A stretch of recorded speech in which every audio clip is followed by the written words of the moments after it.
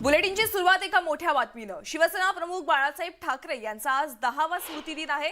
त्यामुळे मुंबईतील छत्रपती शिवाजी महाराज मैदानातील शक्तीस्थळावर आदरांजली वाहण्यासाठी आज दिवसभरात हजारोंच्या संख्येनं शिवसैनिक येणार आहेत। शिवसेना पक्षप्रमुख उद्धव ठाकरे कुटुंबासह सकाळी 10 वाजता स्मृतिस्थळावर येणार आहेत। शिवसेनेतील नेते, खासदार, आमदार आणि प्रमुख पदाधिकारी देखील दिवसभरात इथे येणार आहेत।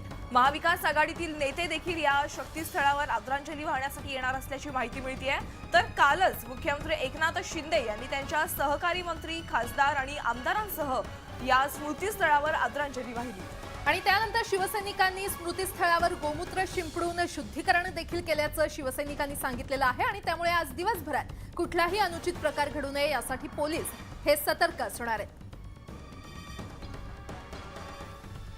आणि याच संदर्भात अधिक माहिती देत आहेत आमचे प्रतिनिधी विशाल पाटील आपल्यासोबत जोडले गेलेले आहेत। विशाल, आज बाळासाहेब ठाकरे यांचा स्मृतिदिन आहे। आज राज्यभरातून हजारो कार्यकर्ते स्मृतिस्थळावर येणार आहेत। नक्कीच प्राजक्ता, शिवसेना प्रमुख बाळासाहेब ठाकरे यांचा 10वा स्मृतिदिन आज असणार आहे आणि शिवतीर्थ या ठिकाणी मोठ्या प्रमाणात राज्यभराच्या कानाकोपऱ्यातून हिंदू हृदय सम्राट बाळासाहेब ठाकरे यांना आदरांजली वाहण्यासाठी शिवसैनिक जे आहेत ते आता येऊ लागलेले आहेत। आता आपण शिवाजी पार्क हिंदू हृदय सम्राट बाळासाहेब ठाकरे यांच्या स्मृतिस्थळावरती आहोत आणि आपण दृश्यांमध्ये जर पाहायला गेलं तर मोठ्या संख्येनं शिवसैनिक जे आहेत हे आता शिवतीर्थ या ठिकाणी येऊ लागलेले आहेत। खरं शिवाजी पार्क मैदान, बाळासाहेब ठाकरे, शिवसेना आणि ठाकरे कुटुंबीय एक वेगळं समीकरण जे आहे ते आपल्याला पाहायला मिळतं, एक वेगळं नातं जे आहे हे पाहायला मिळतंय। आजचा दिवस शिवसैनिकांसाठी इतका काही आपण जर पाहायला गेलं तर बाळासाहेब ठाकरे यांना आज अभिवादन करण्यासाठी किंवा आदरांजली वाहण्यासाठी जे आहेत हे शिवसैनिक येत असतात। आणि आत्ता थोड्या वेळातच साधारणतः एक 10 वाजेपर्यंत शिवसेना पक्षप्रमुख उद्धव ठाकरे आणि कुटुंबीय जे आहेत हे बाळासाहेब ठाकरे यांना आदरांजली वाहण्यासाठी शिवतीर्थ या ठिकाणी येतील। मात्र आत्ता माझ्यासोबत जर पाहायला गेलं तर एक असे शिवसैनिक आहेत जे प्राजक्ता वेगवेगळ्या सभा असतील, वेगवेगळे कार्यक्रम असतील किंवा शिवसेना पक्षाचे महत्वाचे ज्या वेळेचे कार्यक्रम आहेत अशांमध्ये हे यादव आहेत, हे सतत येत असतात। सभा असतील, शिवसेनेचं एखादं आंदोलन असेल, एखादी मिटिंग असेल, त्यावेळेला हे ह्या अशाच वेशभूषेमध्ये आहेत हे पाहायला मिळतात। आणि त्यांची गाडी सुद्धा जी आहे ही आपल्याला पाहायला मिळते। संपूर्ण त्यांचा पेहराव जो आहे हा भगवा असलेला आपल्याला पाहायला मिळतोय। किती वर्ष झाली तुम्ही इतकं बाळासाहेब ठाकरे यांच्यावरती प्रेम करता, शिवसेनेवरती प्रेम करता? आम्ही अनेक वेळेला तुम्हाला पाहत असतो। आज बाळासाहेब ठाकरे यांना तुम्ही आदरांजली वाहण्यासाठी आलेला आहात। माझं नाव आहे मोहन साहेबराव यादव आणि दौंड तालुक्यात नांदगाव माझं गाव आहे। आता सध्या मी केसनमध्ये राहतो। आता मी दसऱ्या मेळाव्याला बी आलतो, मध्ये मावळला आदित्य साहेबांचा मेळा होता तेव्हा बी आलतो। आणि नेहमी बाळासाहेबांचं जी काय असतं ना ते मला म्हणजे रक्तातच भिनलंय। आमच्या कुटुंबात सगळ्या आमची मुलगी, जावाय, 2 मुलं आहेत, मुलांची नावं राय उद्धव आहे हे सुद्धा म्हणतात। आणि आमचे केसनर गावचे लाडके सरपंच आहे मिलिंद हारगुडे आणि सुरेश हारगुडे, तुम्हाला चंद्रराबा सातव पाटील, रामभाऊ सातव पाटील, सर्व म्हणजे 70% शिवसेना आहे आमच्या इथं माझ्यामुळं। आणि मला काय सांगतात की तुम्ही बाळासाहेबांचं मरेपर्यंत काम करा, अजिबात सोडू नका साहेबांना। तर आम्ही तर ठरवलंय, मेलो तरी बाळासाहेब म्हणून जगणार आणि जगलो तरी बाळासाहेब म्हणून जगणार, मेलो तरी बाळासाहेब म्हणून मरणार।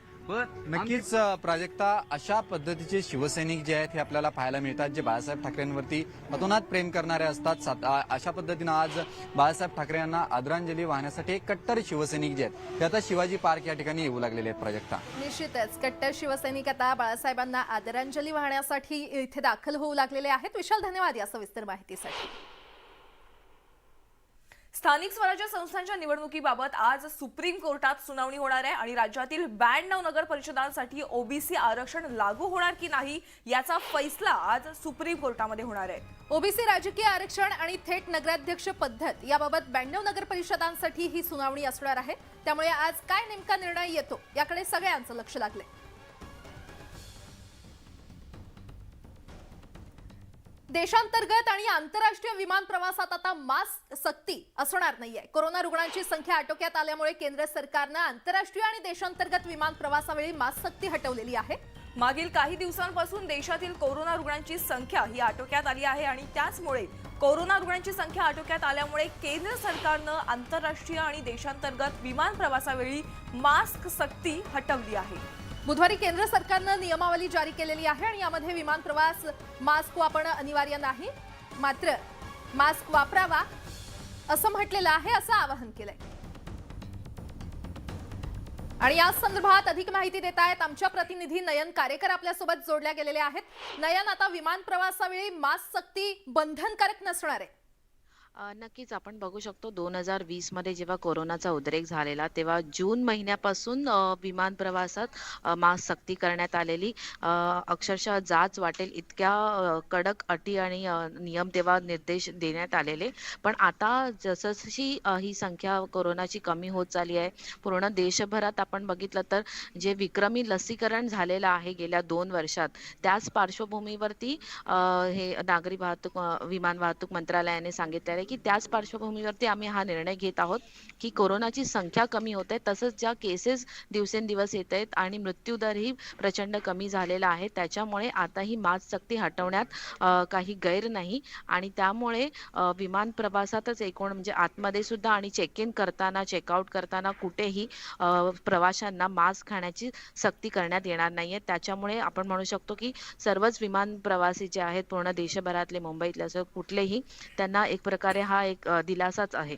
बरं, नयन, धन्यवाद या सविस्तर माहितीसाठी.